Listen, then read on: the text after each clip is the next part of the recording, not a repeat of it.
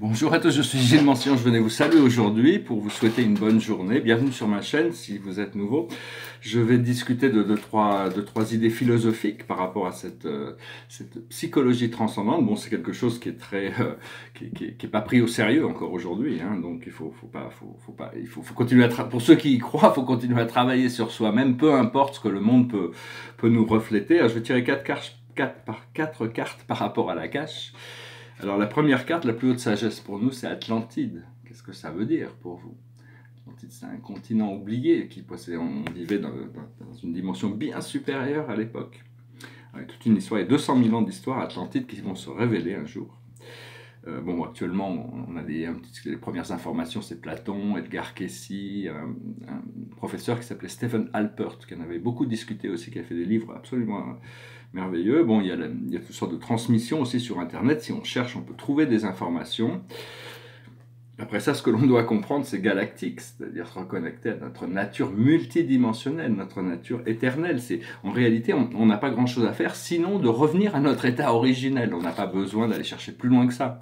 C'est-à-dire revenir à cette nature multidimensionnelle. Au départ, on est des êtres multidimensionnels, et c'est d'arriver à réintégrer cette nature multidimensionnelle.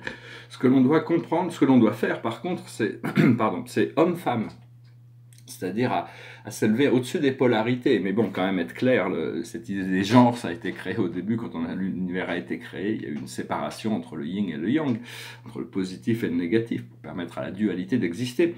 Mais donc c'est retourner un peu à cette nature androgyne, c'est-à-dire ça ne veut pas dire qu'on ne peut pas avoir des relations, on peut pas, mais c'est d'être complet à l'intérieur de soi, se retrouver soi-même en tant qu'être complet, avoir une partie féminine, une partie masculine, jusqu'au moment où l'œil de l'esprit est suffisamment ouvert pour rencontrer cette partie qui est notre partie, notre autre partie oubliée, hein, le bas et le cache chez les Égyptiens.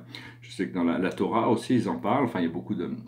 Chez les bouddhistes aussi, ces deux parties complémentaires, l'âme et le corps astral, qui doivent se réunir pour arriver à s'harmoniser au niveau du nombril. C'est le chakra de l'harmonisation.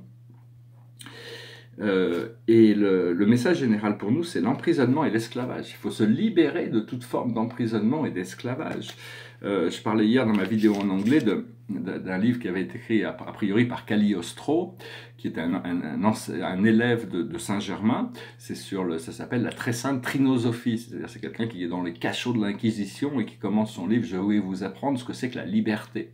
Parce que la liberté, la véritable liberté, c'est intérieur. Une fois qu'on est libre intérieurement, aucun mur ne peut... C'est juste, on est conscient que ce corps physique n'est qu'une enveloppe physique qui nous permet d'exister dans cette dimension. Et donc oui, hein, aussi, dans ce livre, tout est symbole. La vie est représentée par des symboles. Tout est symbole, comme mon art est très symbolique, parce que les symboles cachent des mystères, et les mystères nous permettent de découvrir des vérités supérieures. Donc c'est important, c'est aussi dans la Torah, hein, la Kabbale nous apprend à étudier les 22 lettres de l'alphabet hébraïque et les 9 chiffres. Et à l'intérieur de chacun, il y a des mystères à découvrir.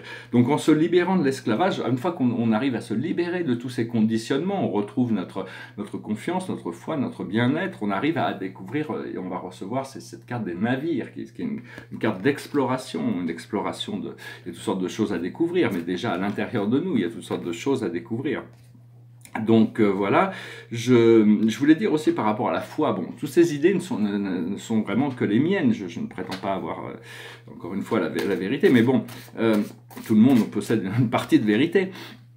C'est que par rapport à la vie éternelle, par rapport à Dieu, vaut mieux faire le choix avant le moment de la révélation.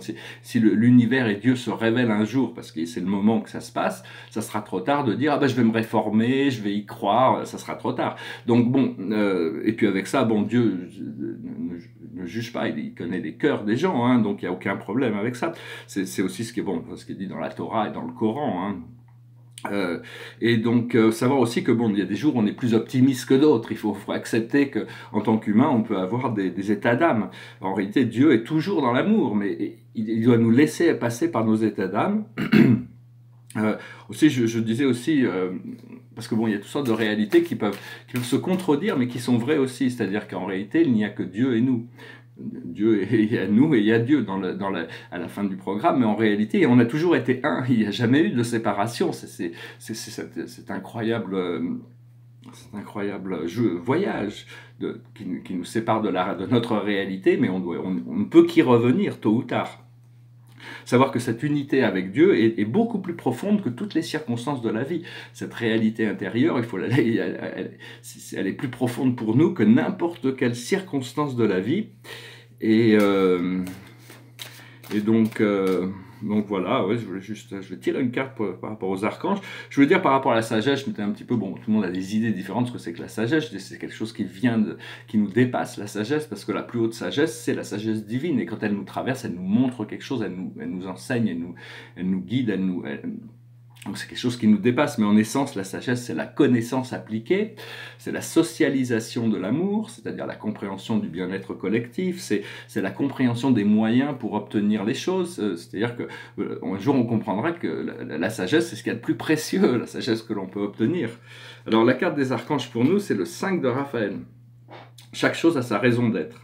Laissez les regrets de côté et concentrez-vous sur les chances d'accéder au bonheur qui s'offre à vous. Cherchez du réconfort. Donc voilà, c'est vraiment de se lâcher prise avec le passé qui n'est pas forcément évident, toujours facile, mais bon, on y travaille. Et donc voilà, je vais m'arrêter là, je vous souhaite une excellente journée, je vous remercie pour tout, j'espère que cette lecture aura été intéressante pour vous, et que, enfin ce message, et que, bon, parce que bon, on va vraiment se préparer pour des choses complètement nouvelles. Bon, il y a des jours, on n'est pas vraiment... moi, il y a des jours, j'ai un peu l'impression, depuis que je suis rentré en France, ma vie intérieure s'est enrichie de manière indescriptible, mais les circonstances de ma vie extérieure, des fois j'ai l'impression de marcher sur des œufs, pour beaucoup de raisons, mais ce qui n'est pas forcément ce qui est le plus agréable, mais enfin, le Spirit me dit que ça va changer, que tout ça va changer, mais c'est-à-dire que par exemple, qu'en France, si on croit en Dieu, il faut se taire, hein, surtout parce que si on en parle, c'est qu'on est un illuminé, si on parle des extraterrestres, ces choses-là, c'est qu'on est fou, on n'est pas pris au sérieux, on n'est pas...